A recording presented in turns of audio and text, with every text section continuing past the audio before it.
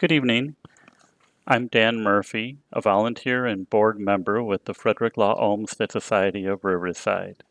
Tonight, the Olmsted Society presents Modern in the Middle, Chicago Houses, 1929 to 1975. Special thanks to the Riverside Public Library for providing the reservation system and Zoom for us to host this presentation tonight.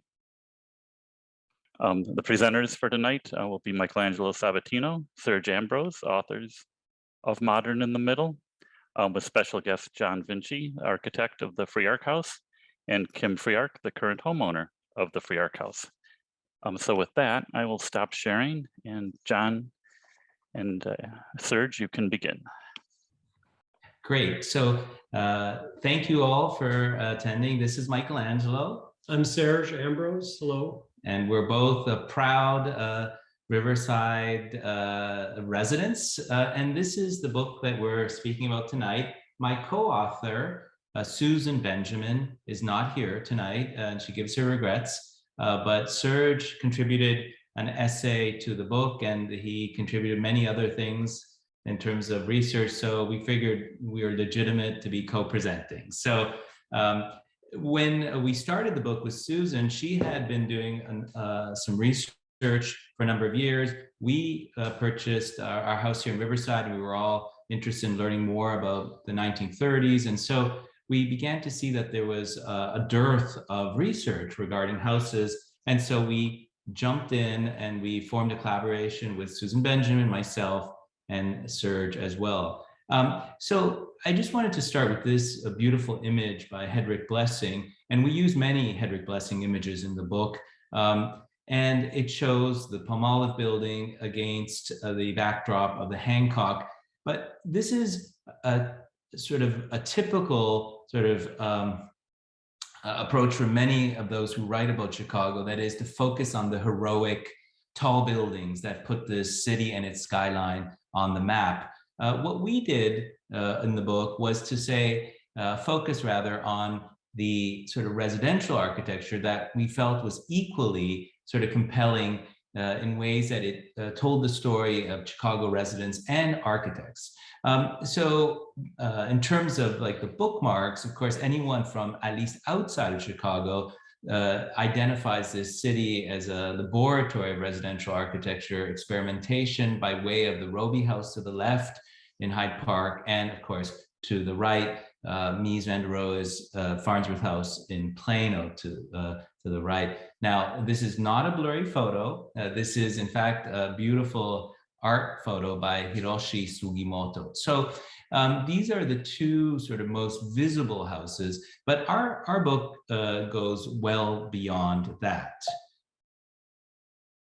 In fact, we start way up on the North Shore in Winnetka with the Catherine Drummer and Walter T. Fisher house by Howard T. Fisher. And our story ends with our friend, John Vinci, with the Ruth Nelson and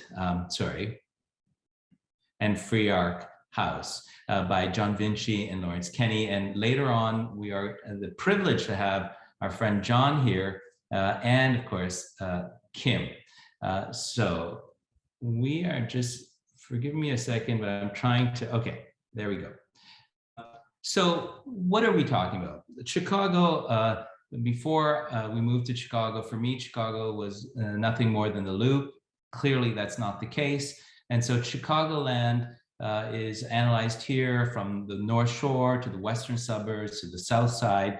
And so it becomes the sort of background against which to explore the myriad contributions of many architects that engage with modern and the Wrightian as well as Miesian tradition. What do you need to get up to the suburbs? Of course, first you needed the train. And here we see a beautiful Zephyr that made its debut in the 1933 Century of Progress exposition and even passed through Riverside. Connie Guardi in her book on Riverside shows an image, the Zephyr coming through. And then we have, of course, the automobile. So our book addresses very much the suburbs, many of the villages and cities that were established in the late 19th century thanks to the railroad, and then takes it all the way into the post-World War II years when the automobile becomes king thanks to the increased investment in roads. So here I'm going to stop talking and hand it over to my esteemed colleague, Sergio. So this is the Morse House in Lake Forest. It's in the Knollwood Country Club, which is on a golf course. And it's a very beautiful site. And part of the research in this book was not only looking at the houses and the owners or the clients, but also the building materials. Because what's very important here is in the 1930s, during the Depression, there was a huge kind of period of innovation for building materials. And here we see, which was typical of this period, steel windows. There were many steel window companies at that time. Today, there's only a couple left in the US, and the most well-known is Hope's Window, which is in New York. And this house had steel windows from Pella, and they no longer make those windows, but they also had sort of a retractable screen called roll screen, which was also from Pella, and that's in the Midwest and Iowa. And on the left side, there's an advertisement with this house in it on the bottom, which is an ad for the roll screen featuring this specific house. Now I'm going to chime in quickly here. You see at the bottom of the slide, Rosalie Brown and Robert H. Morse House. My co-author Susan and I were also very attentive to make sure women always get their just recognition. Typically the houses were only named after the males. And so we thought in most instances, the female, the spouse or the partner contributed equally to the decisions that went behind the house. So we thought our book should acknowledge that. Here we are in our beloved Riverside. And if you look to the left-hand corner where my cursor is, you see what was to become the site of our house. And just to the right is the Babson House. So this is the house we live in, and in the book, the two main co-authors featured at the end of the book their own houses, just 2 pages each, to describe a little bit about the personal connection with the house. So this is the Francis and Sylvia Benda house on Southcote Road. It was designed in 38 and finished in 39. It's a solid masonry structure. It's 3 rows of brick. And the brick here is interesting because it's not quite a common brick and it's not quite a face brick. A lot of the modern architects, as you'll see in a couple examples later, they use the common brick on all sides, and it was a very kind of utilitarian but clean look. The bricks on this house were from a company called Illinois Brick, and that's not the same as Illinois Brick today, which is basically a retailer. There was a company that manufactured brick, and their main quarry was in Blue Island. We'll see that in a minute. And this brick was different because although it was a common brick, it had a harder finish. And in the advertisement, which is here on the left, the intention was that the architect and the owner could use this brick all over the house on all sides rather just on the front and still be within the budget. And by coincidence, this is the same brick that's in Chicago on the Lathrop Home project from the 30s, which was an early public housing project. Thank you, sir. And here we have from the Century of Progress. This was the brick manufacturer's show house designed by Andrew Rabori. And the architect of our house, which was Winston Elting, he worked for Rabori in the early 30s and most likely worked on this house, which is at the fair.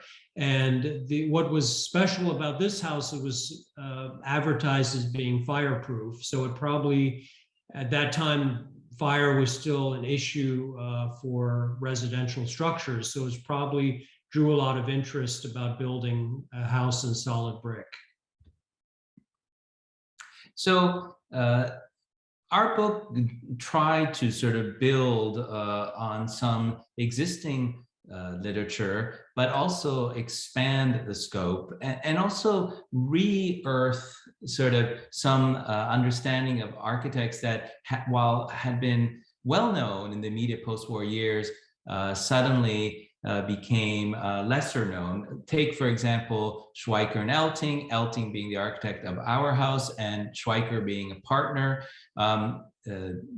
They had an exhibition of their work at the Renaissance Society at the University of Chicago. John Vinci knows this society very well because he's collaborated with various exhibitions. And this followed up on exhibition focused on Mies van der Rohe. So, the question is why, if they were so well known to be shown at the Renaissance Society, why suddenly decades of neglect led to obscurity of these figures? Probably not so much for Schweiker, but certainly for Elting. John Zukowski in the 1980s launched a series, Architecture in Context, the Avant-Garde in Chicago Suburbs, that featured Schweiker and William Decknatel. And unfortunately, Elting was edited out of this story, which goes to show you how much power architectural historians can have if they choose to.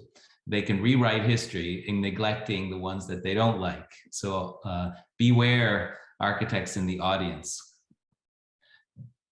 So this is the Heimbach House in Blue Island by Bertrand Goldberg. This was, he's well known for the Marina Towers, which most of you know, downtown. And this house is Chicago common brick. And the photo here, you can't really see the texture or the color, but it's the kind of a light salmon colored brick. And what's interesting about this house is that it was a dentist, and he had the dental office in the side of the house, which you can see in the photo of the house. It's the box that's on the left side.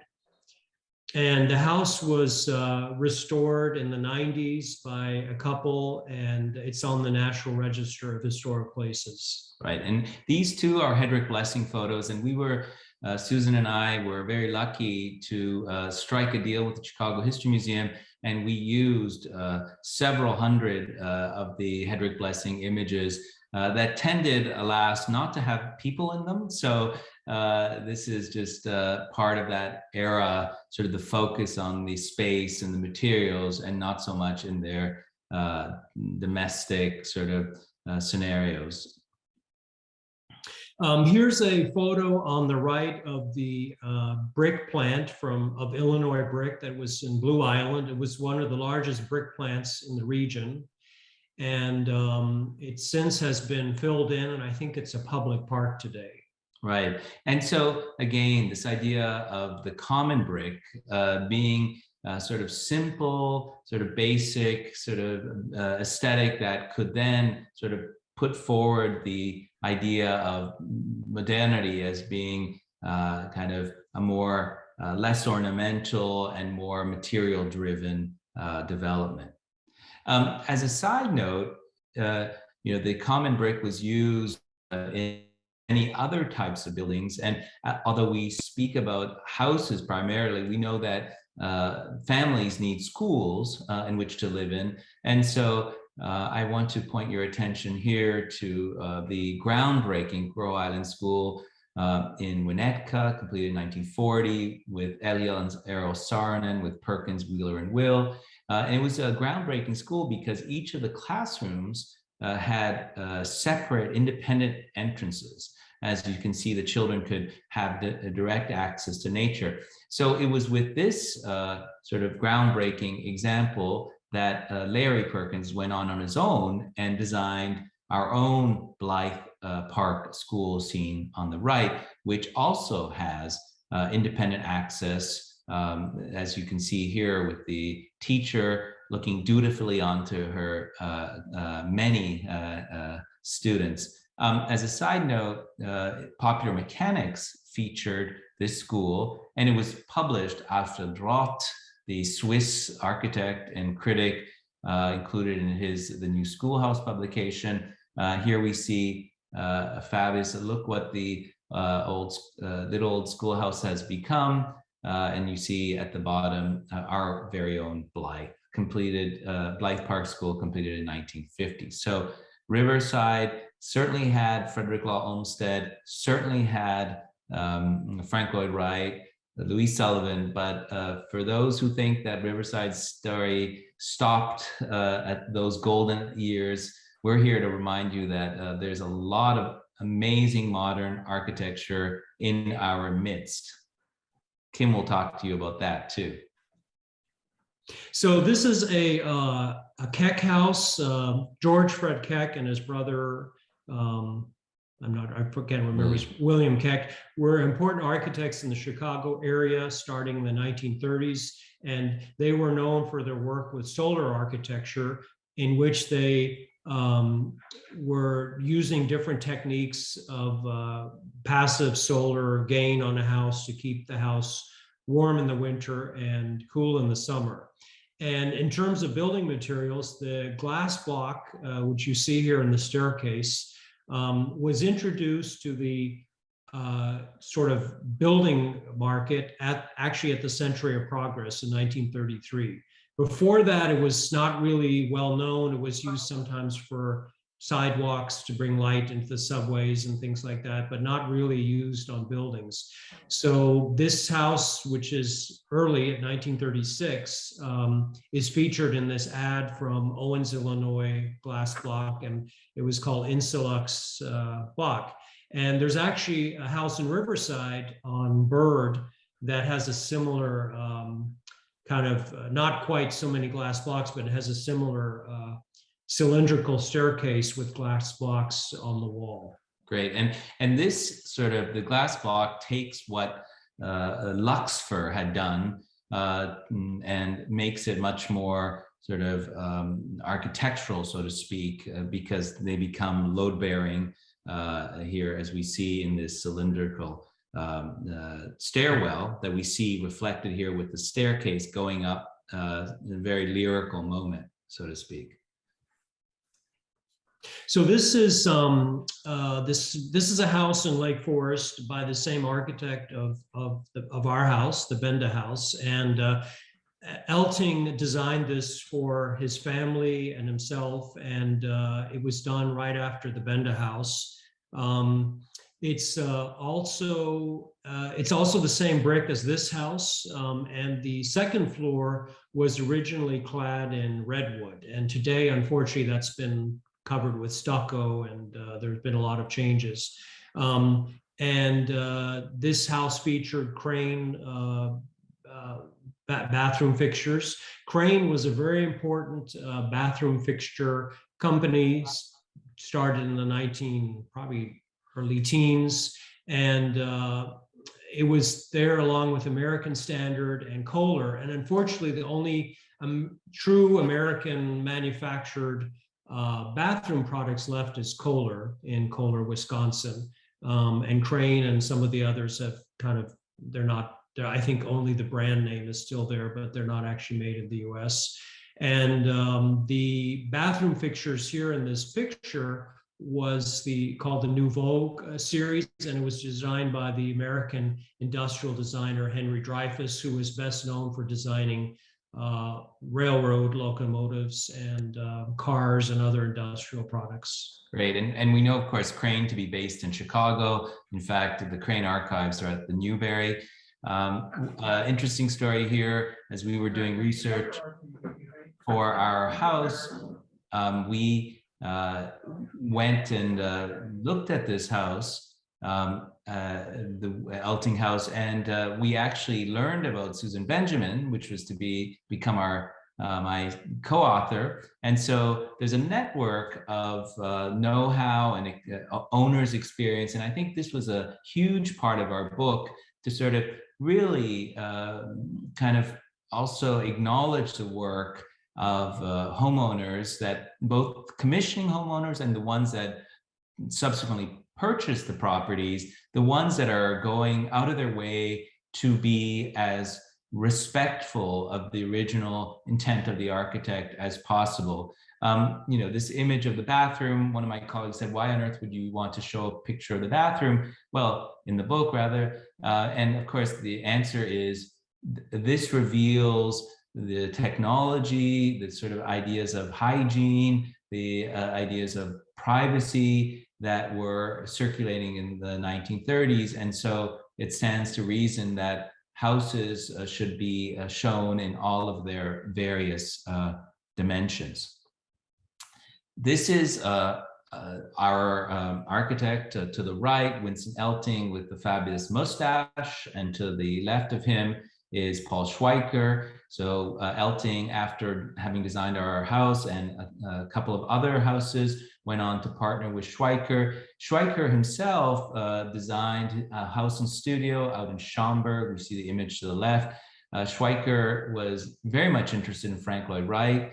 In fact, even the notion of house and studio, working where you live, is clearly a homage to Frank Lloyd Wright. And if you think of Schaumburg at the time, you know, Roselle, as it was called, was that much of a trek. So the idea of working and living out in the suburbs was particularly bold, I think, for the period. The house was completed in 39 and a subsequent edition many people worked in the studio of the 49. Schweiker was a teacher to many architects that would go on to have a big impact on Chicago.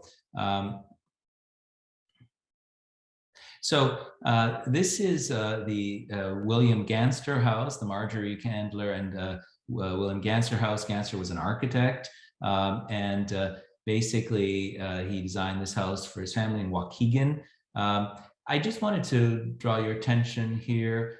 This is Marcia and Shirley Weiss with Kitty Weiss, Weiss being the wife of Harry Weiss, and they ran a very important store called Baldwin Kingery, and they sold modernist furniture. Here we see an alto stool, for example, to the, in the middle.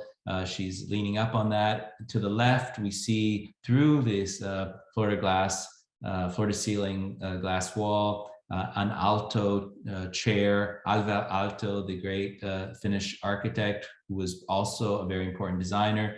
We see the table and chairs. So to the extent that was possible, though there's still quite a bit of research to be done, we tried to point our attention to the design objects within the houses that were written about. This is the Mina Gregg and Hugh Duncan house by Keck and Keck in Flossmoor, south side of Chicago. This was the first solar house.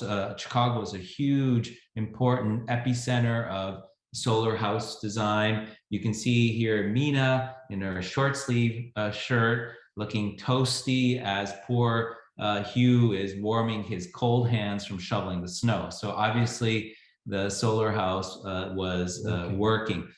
This is still extant. Almost 99% of the houses we discuss in the book are extant.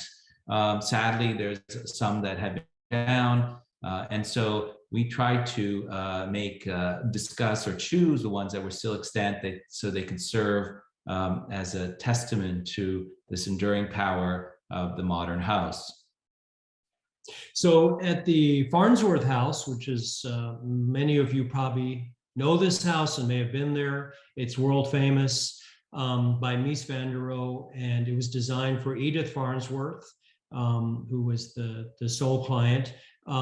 This house featured, it was a steel house, steel and glass, and it featured a St. Charles steel kitchen. So the reason we show this is because in the 30s, there was a big change in kitchen design. From the 20s to the 30s, there was a big shift. If you look at catalogs of the kitchen equipment from the 20s. It was still what we would think of as very old-fashioned looking. And if you look at a kitchen from starting in the mid-30s, it would look much more familiar, where almost like a kitchen of today. And one thing that has changed from today is at that period, up and through the 60s, probably the early 60s, people were still buying steel cabinets. And there were several steel cabinet manufacturers in this region. And one of the best known is called St. Charles. And what's also interesting is that you can't really see it here, but the countertop is from LK, and it's a stainless steel countertop with an integrated sink. And LK happens to be right around the corner in Broadview, just kind of behind on the other side of Home Depot. Right. So if you want a one-piece steel countertop with integrated sink to spruce up your houses, just you know where to go.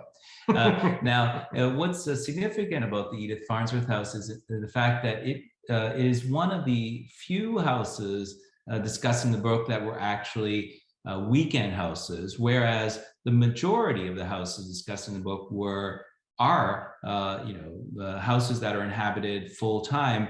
And so that speaks in favor of a real commitment to sort of the modern lifestyle, which tended to also involve spare spaces, but also experiments with technology like this one.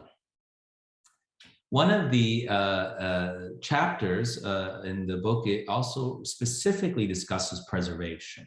And so as we've seen, there's been a tremendous growth and interest in the preservation of the modern. I am on the board of DOCOMOMO US. DOCOMOMO is an acronym, Documentation Conservation of the Modern Movement. And Serge was former chair of DOCOMOMO Chicago. So here we have an instance of the Isabel Gardner and Robert Hall McCormick House that was in Elmhurst on a lot, a residential lot with also landscape by Alfred Caldwell that was donated by the owners to the Elmhurst Art Museum. And we see this amazing photograph of the steel frame being transported to its new site as part of the Elmhurst Art Museum campus.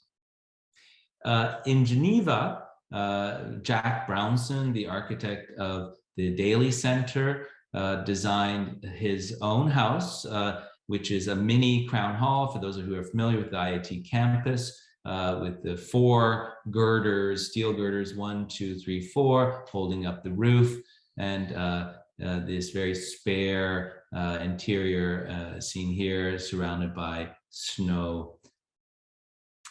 Completed in 1952. And what's amazing about this house is that basically Brownson, after having graduated in architecture as an undergrad, took this and presented it as his master's thesis, Master's of Science thesis, to Ludwig Hilberseimer, who basically signed his thesis book, and he had a real sort of design build experience right in front of everyone to see. What's really super interesting, though, that Jack Brownson, just a couple years earlier, sort of together with his beloved wife, Doris Curry, they designed and actually built this Cape Cod sort of a salt box-like house that was featured in Popular Mechanics as it built it yourself house. And here you see Brownson and his wife meet Mr. and Mrs. Jack Brownson. So as the story goes, he built this and sold it so he can make enough money to be able to go where he really wanted, in a glass and steel house. And so, this is in Aurora. Right. And this is, believe it or not, is still extant. The story, and we're heading closely, I have to be mindful of the time, but IIT, thanks also to the GI Bill in post-World War II, was an amazingly diverse student body. John W. Matusami, that we see to the left here, was one of IIT's first Black grads. He went on to design a house for himself and his family in Chatham on the south side of Chicago in 1954. He was featured in an article published in Ebony that we see to the right, discussing the new wave of Black design, Black architects that were transforming Chicago and the nation. Francis Landrum and Ben Rose House, A. James Spire. This is in Highland Park.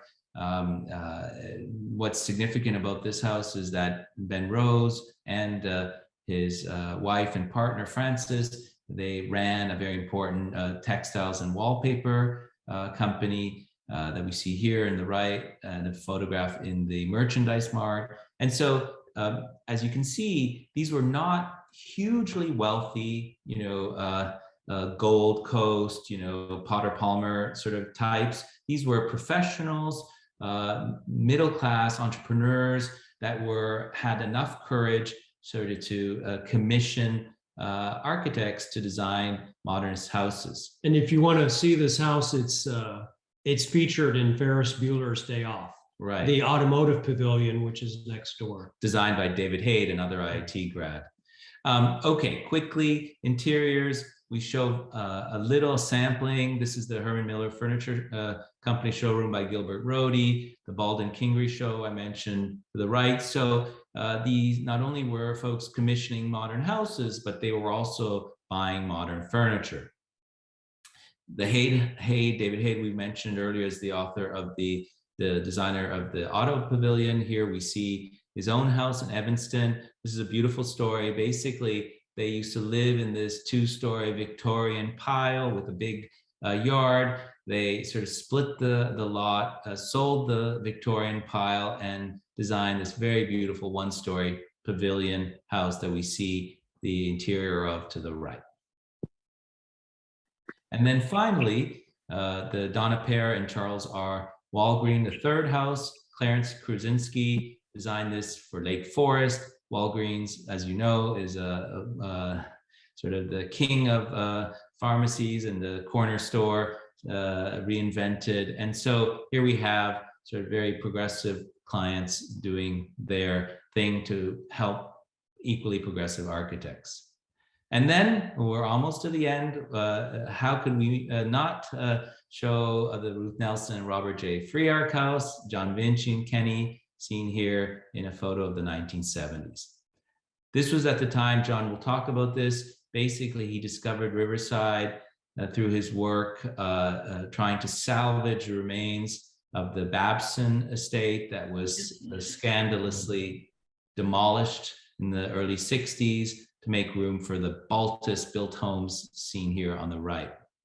And just to show you, our own house is up there, and then there we are. That's it. Having fun. This was a great adventure. Our house has been ongoing kind of fun project, and so we are happy to share all of this with all of you. And I'm going to say thank you, and thank you very much. And now we move on to Kim and John. Kim and John, take over. It's all yours. Okay, I'm Kim Freeark, and with me is John Vinci. Hello.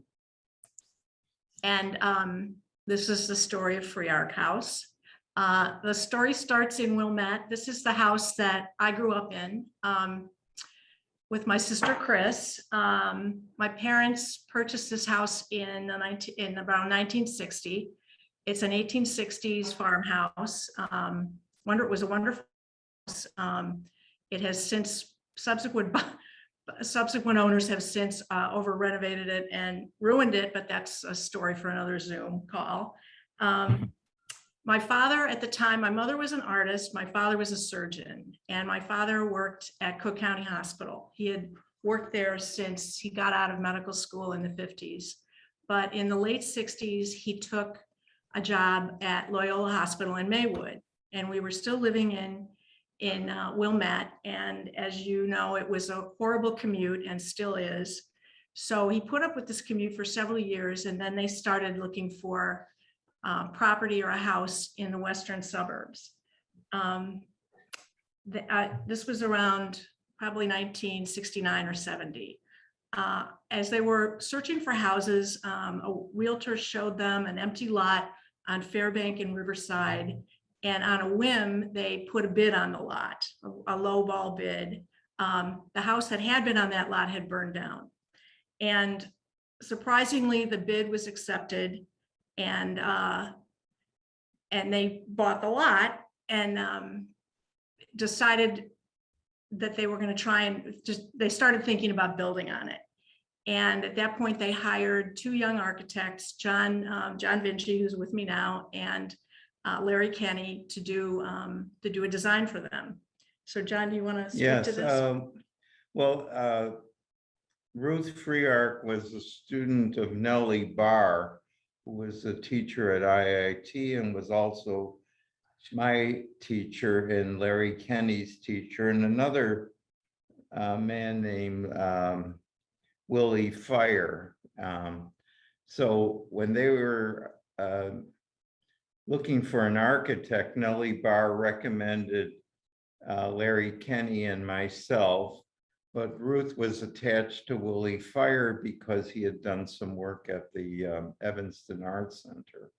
So there was a real dilemma on how to work with Willie, who was Larry Kenny's classmate, but he was a little different than we were. For example, he was enamored with plastic furniture and was designing all kinds of bench shapes and plastic. And so we thought, how are we going to solve this issue? So we came up with a scheme. Larry and I said, well, let's design a house and we'll let Willie Fire design the house, and we'll present them both to the Freearks, and which one they like, we'll build. You know, if it's Willie's house, we'll be the architects, but we'll follow Willie's design.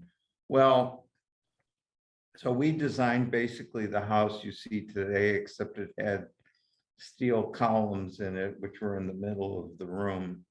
And Ruth would say things like, oh, I wonder what I'll do with this round column. Maybe I'll hang my notes on it or something like that. But anyway, but Willie designed a 4-square house, and he had some peculiar ideas. For example, he said, I'll put a washer dryer right next to the bedroom, so when you get up in the morning, you can simply put your clothes in there and wash your clothes.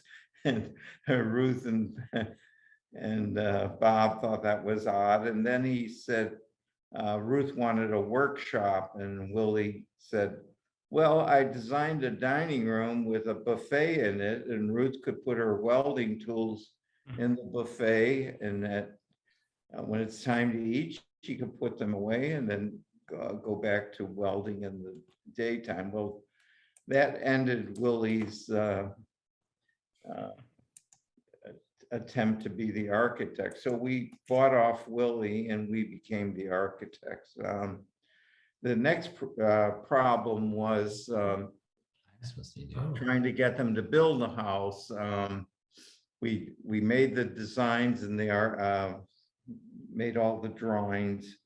And Larry Kenny decides to take a sabbatical. So I was stuck with the house, with the plans and the house, and Ruth and Bob couldn't make up their mind whether to build it or not. And one day they called me and said, John, we think we found a house instead of building a house. It's the Tomac house.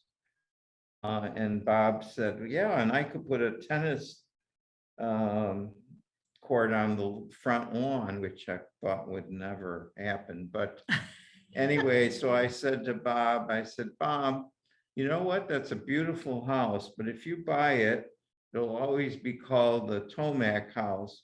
If you build your own house, it will be called the Freeark House.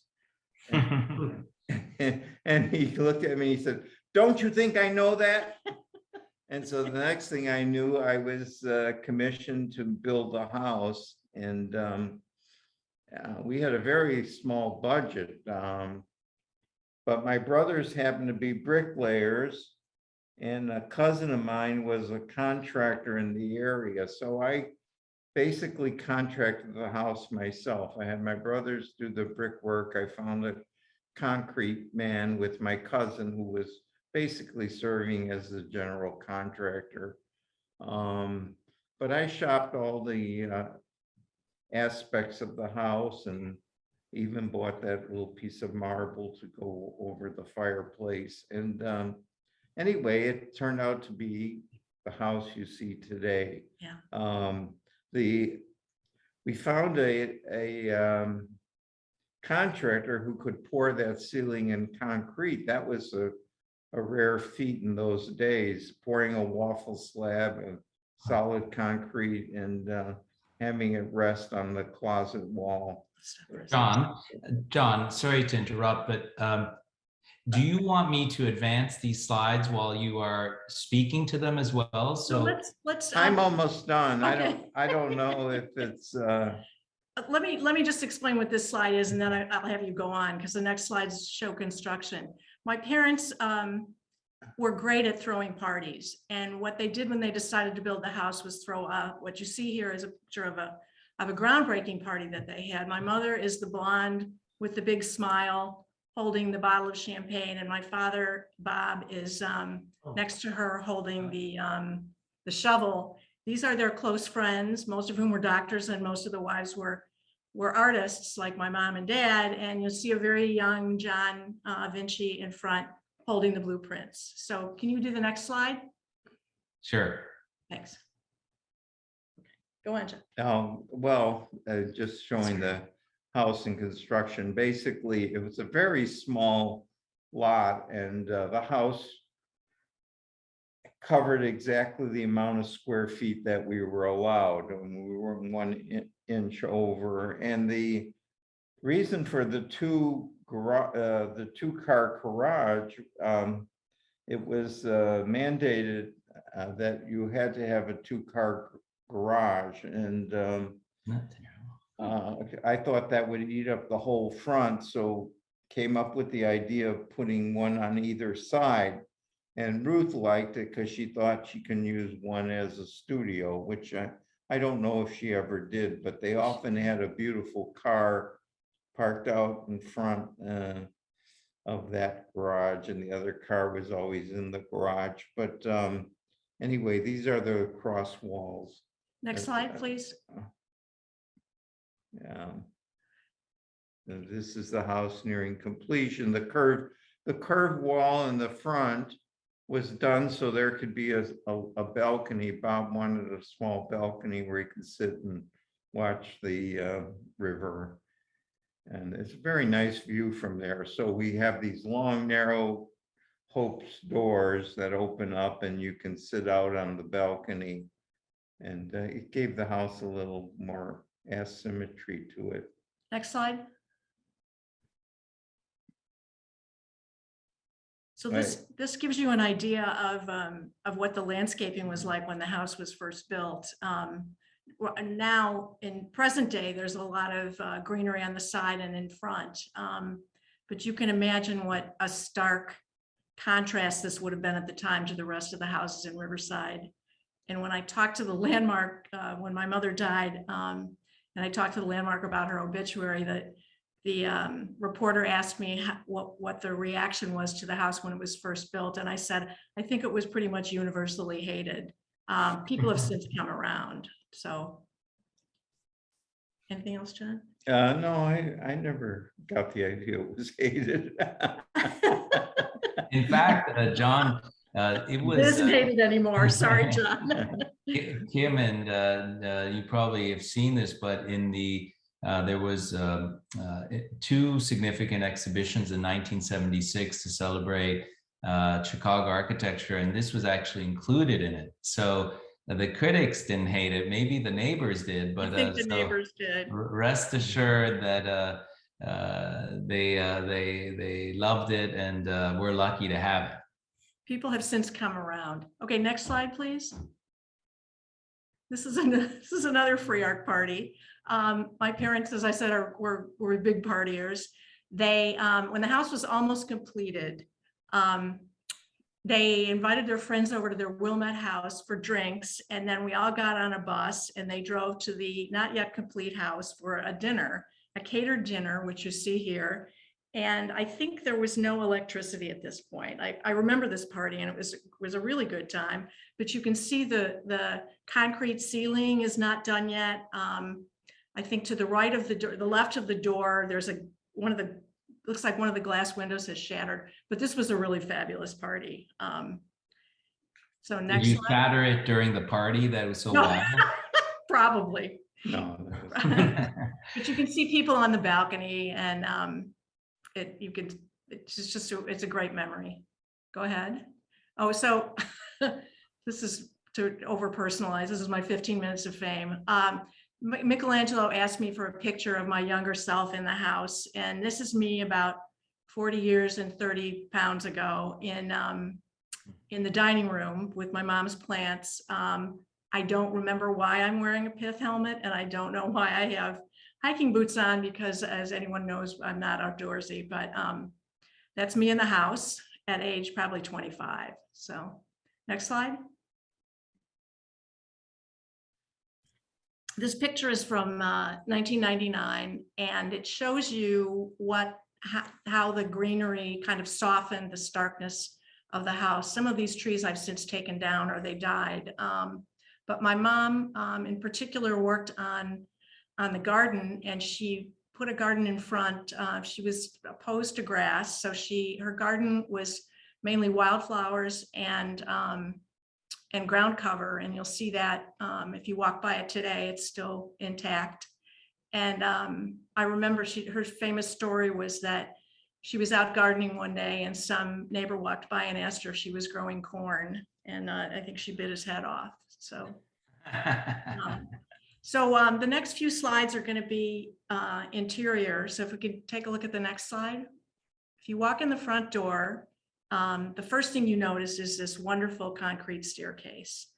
John, you want to speak to the? Yeah, it's a cantilevered staircase. In other words, the reinforcing bars pull the landing back and into the other direction, so that affords a cantilever. Our engineer was Henry Howry, who was an IIT graduate, and he gets credit for much of the structural innovation. Next slide. This is the staircase as you see it right when you walk in the window. That's my cat Bernie, by the way, who lovingly posed for this photo. And this gives you an idea of some of the art that my parents collected over the years and through their travels. So next slide. I should mention that the way John and Larry designed this house was to put all of the major rooms on the second floor. The master bedroom, the kitchen, living room and dining room are all on the second floor. So there's 2 bedrooms and a TV room on the first floor, but once you walk up the stairs, you walk into this living room, and that wall you see is kind of curved. The kitchen is behind that wall, and you can kind of see above the wall where the round skylight is. So next slide. This is also the view of the living room from the staircase. Some comments here. On the left, you'll see some Eames chairs. My parents bought those in the 50s. My mom was kind of forward thinking. And you'll notice a Sarin and Womb chair too. All that stuff those were pieces that they already owned. So that fit right in this house. There's a wood burning fireplace that still works. Anything you wanted to add, John? No, except that I did the interiors, so the sofa was made to my specifications. The furniture was laid out accordingly. When we moved in, my mother did not allow us to move any piece of furniture or hang anything, or basically do anything to the house until she checked with John. Next slide. So this is the same dining room from the back of the house, and you can see what the view is like from across the street of the park and the Des Plaines River. On the right, you'll see more collectibles. Next slide. This is from inside the kitchen. The kitchen is in the center of the second floor and is basically kind of a half moon shape. It's curved around. It's looking out onto the dining room, which is in the back of the house on the second floor. And you can see on the top, above the kitchen ceiling, that curve is that you'll see is the skylight, the round skylight that's over the kitchen. Next slide. And this is another view of the kitchen. You can see the curvature in the design, and all of this stuff is still, this is all original stuff. The cabinets are original and haven't been changed. The countertop and the backsplash are for 1970s Formica, and I think even the stovetop is original. Next slide.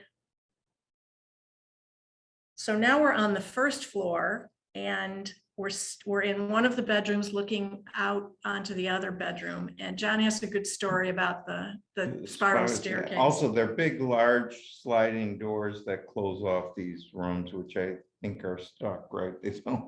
No, I got them fixed. I got them fixed, yeah. Anyway, when I showed this house to my sister, who is now 91 years old, she looked at the house and she said, Johnny, if I'm in the ground floor of that house and somebody rings the bell and I'm in my bra and panties, I'm not going to run to the door without getting dressed. So I said, oh, Jeanette, that's a very good point. So I put in the spiral stair so you could then go upstairs, grab your house coat and open the door.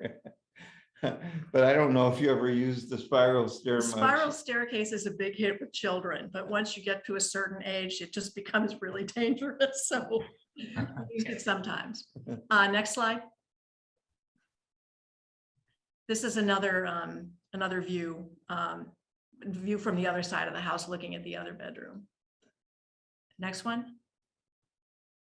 And I love this. This on the first floor, there's a kitchenette on the first floor. The main, as I said, the main kitchen is on the second floor, but my parents wanted a kitchen on the first floor so that they didn't have to go all the way upstairs if they were entertaining, and especially if they were entertaining outside. So the kitchenette is right there, and thank God it still works. To the right, lower right, is a working refrigerator. There's a small oven, and also you'll see the 1970s countertop. And I don't know what I'm ever going to do if anything in there breaks, because it's all kind of one piece. It's a Dwyer unit. Yeah, yeah.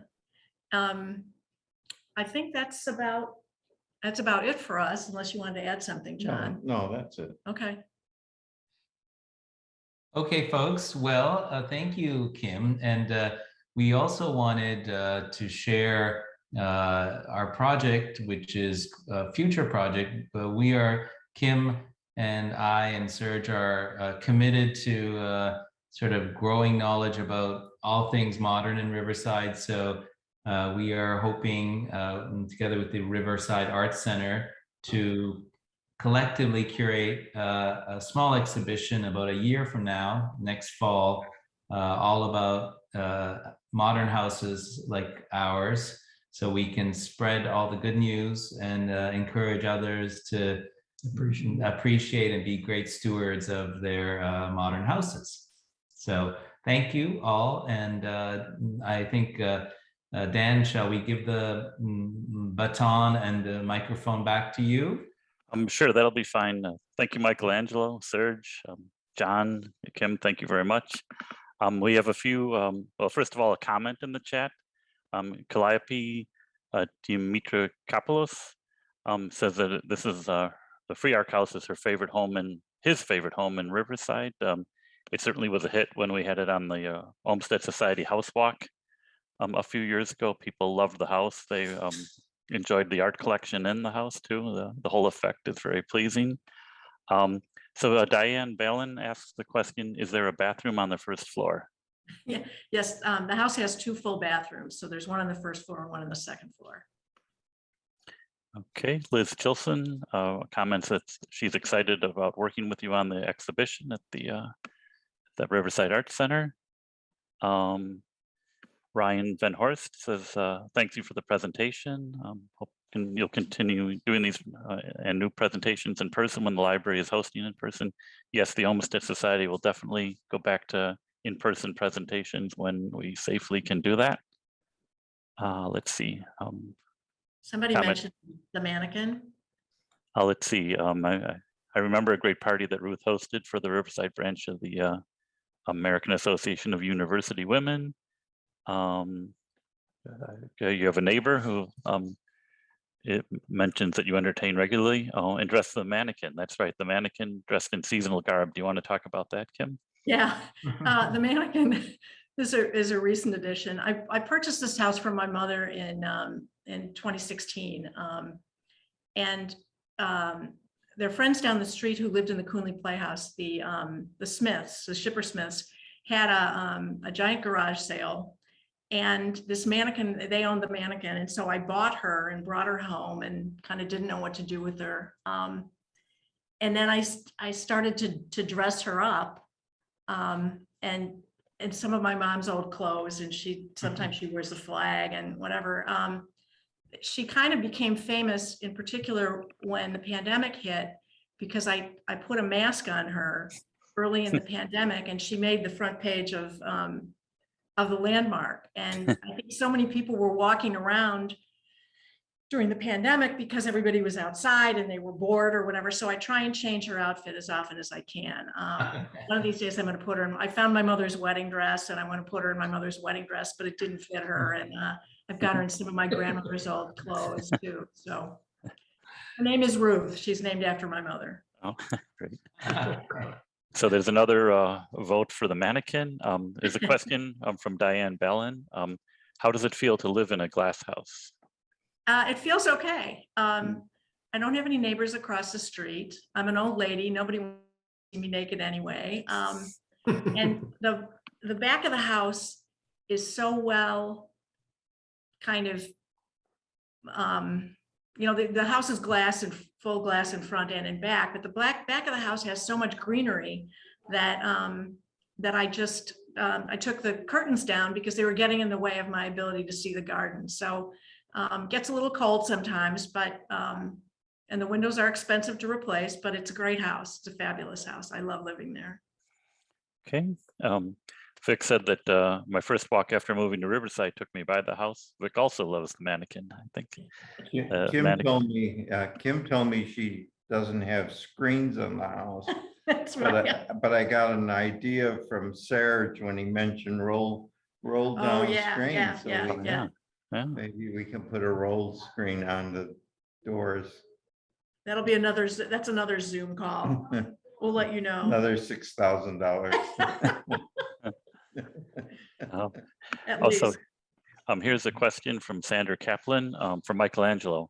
Are most of the architects in your book from IIT or any other university? No, there's quite a few that, I tended to show many from IIT, also because of course John is a grad, but there's several others throughout the book that MIT trained grads, or even the architect of our own house, Winston Elting, was not trained at IIT. He was trained at Princeton. I think so. We tried to choose as many